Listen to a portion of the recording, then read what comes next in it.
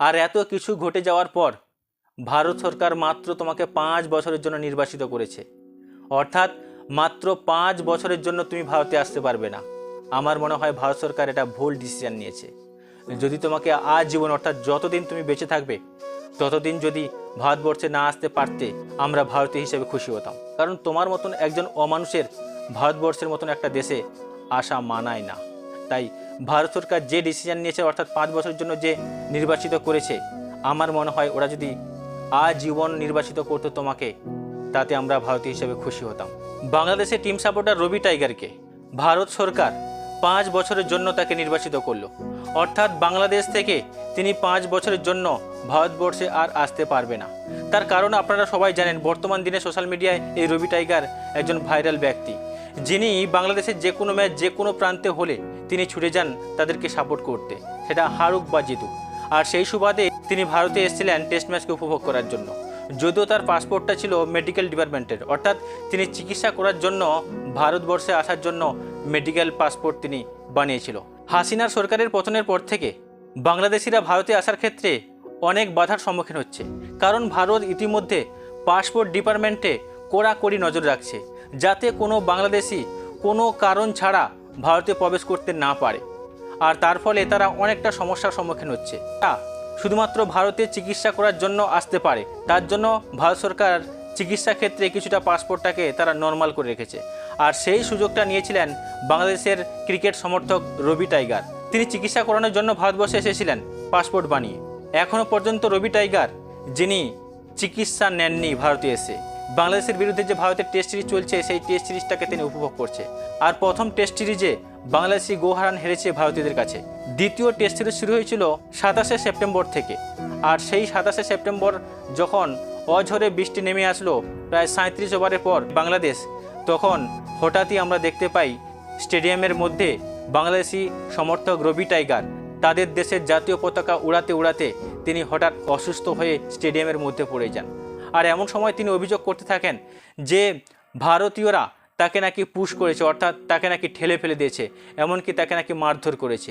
যদিও পরবর্তীকালে পুলিশ তার সমস্ত অভিযোগ শুনে খতিয়ে সমস্ত তথ্য প্রমাণ দেখার চেষ্টা করে, কিন্তু পরবর্তী ভিডিওতে তিনি স্বীকার করেছেন যে না, ভারতীয়রা আমাকে এমনটাই করেনি। পুলিশ তাকে মেডিকেল ডিপার্টমেন্টে ভর্তি করায় এবং সে বর্তমানে সুস্থাধীন অবস্থায় রয়েছে। প্রথমেই বলি বাংলাদেশের ক্রিকেট সমর্থকদের, ভারতবর্ষের মানুষ একটা আলাদা সংস্কৃতিতে বিশ্বাসী।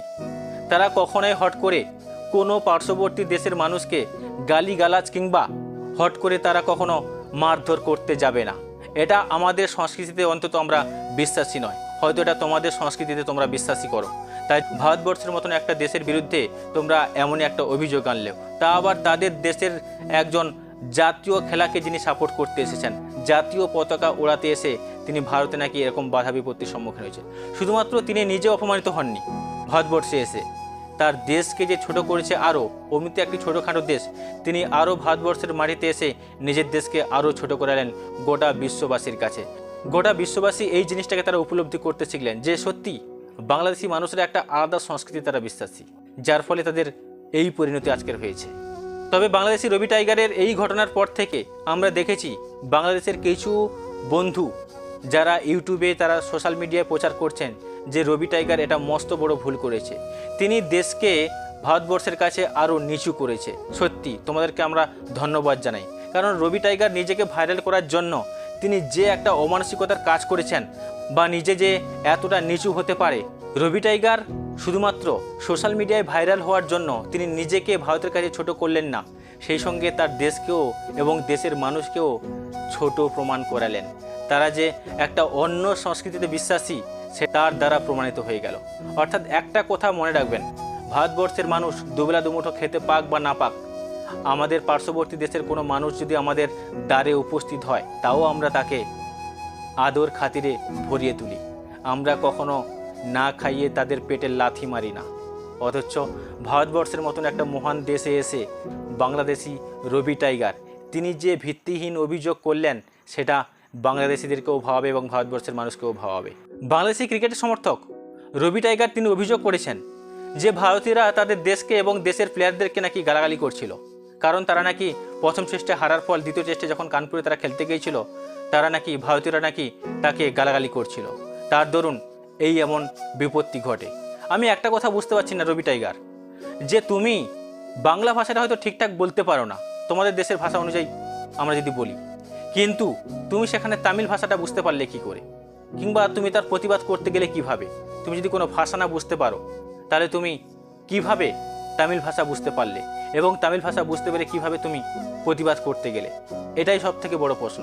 কারণ তুমি যে একজন মিথ্যুক, তোমাকে যখন পুলিশ অফিসাররা তোমাকে সুস্থ করার জন্য মেডিকেল ডিপার্টমেন্টে নিয়ে গেল, তখন তুমি স্বীকার করেছো যে না, ভারতীয়রা আমাকে মারধর করেনি কিংবা ভারতীয়রা আমাকে গালাগালি করেনি। হ্যাঁ, এটাই ভারতবর্ষের সংস্কৃতি।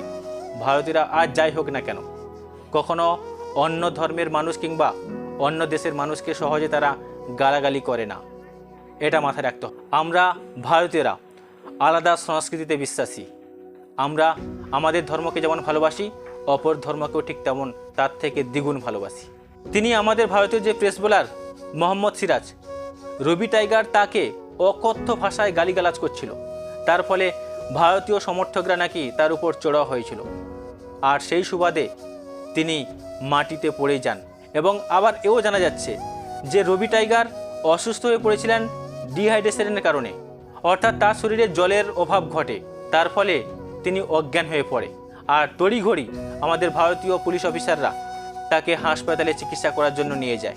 আর এর থেকে আপনাদের কি প্রমাণিত হয় যে ভারতীয়রা তাকে মেরে ফেলার চেষ্টা করেছিল? যদি তাই হতো তবে কেন আমাদের ভারতবর্ষের পুলিশ অফিসাররা তাকে হাসপাতালে চিকিৎসা করার জন্য নিয়ে গিয়েছিল? এই প্রশ্নও কি আপনাদেরকে ভাবাবে না? হ্যাঁ, এটা ঠিক, ভারতবর্ষের মানুষ যেমন নীরবে সব সহ্য করতে পারে, এটা সহ্য করতে পারে না যে যখন তাদের দেশের মানুষকে কেউ গালাগালি করবে কিংবা তাদের দেশ নিয়ে কেউ উল্টাপাল্টা কথা বলবে, তখন কিন্তু ভারতীয়রা ছেড়ে দেবে না। এটা আপনাদেরকে মাথায় রাখতে হবে। যেটা টাইগার রবি করেছিল, ভারতীয়দেরকে গালাগালি করেছিল এবং ভারতীয় ক্রিকেট প্লেয়ারদেরকেও তিনি গালাগালি করতে ছাড়েননি, তার ফলে ভারতীয় সমর্থকরা তার উপর তো স্বাভাবিকভাবেই চড়াও হবেই। আর এত কিছু ঘটে যাওয়ার পর ভারত সরকার মাত্র তোমাকে 5 বছরের জন্য নির্বাসিত করেছে, অর্থাৎ মাত্র 5 বছরের জন্য তুমি ভারতে আসতে পারবে না। আমার মনে হয় ভারত সরকার এটা ভুল ডিসিশন নিয়েছে। যদি তোমাকে আজীবন, অর্থাৎ যতদিন তুমি বেঁচে থাকবে ততদিন যদি ভারতবর্ষে না আসতে পারতে, আমরা ভারতীয় হিসেবে খুশি হতাম। কারণ তোমার মতন একজন অমানুষের ভারতবর্ষের মতন একটা দেশে আসা মানায় না। তাই ভারত সরকার যে ডিসিশন নিয়েছে, অর্থাৎ 5 বছরের জন্য যে নির্বাচিত করেছে, আমার মনে হয় ওরা যদি আজীবন নির্বাচিত করতো তোমাকে, তাতে আমরা ভারতীয় হিসেবে খুশি হতাম। ওই যে লোকে বলে না, বেশি বাড়াবাড়ি করতে যেও না, ঝড়ে পড়ে যাবে। ঠিক তেমনই হলো রবি টাইগারের ক্ষেত্রে।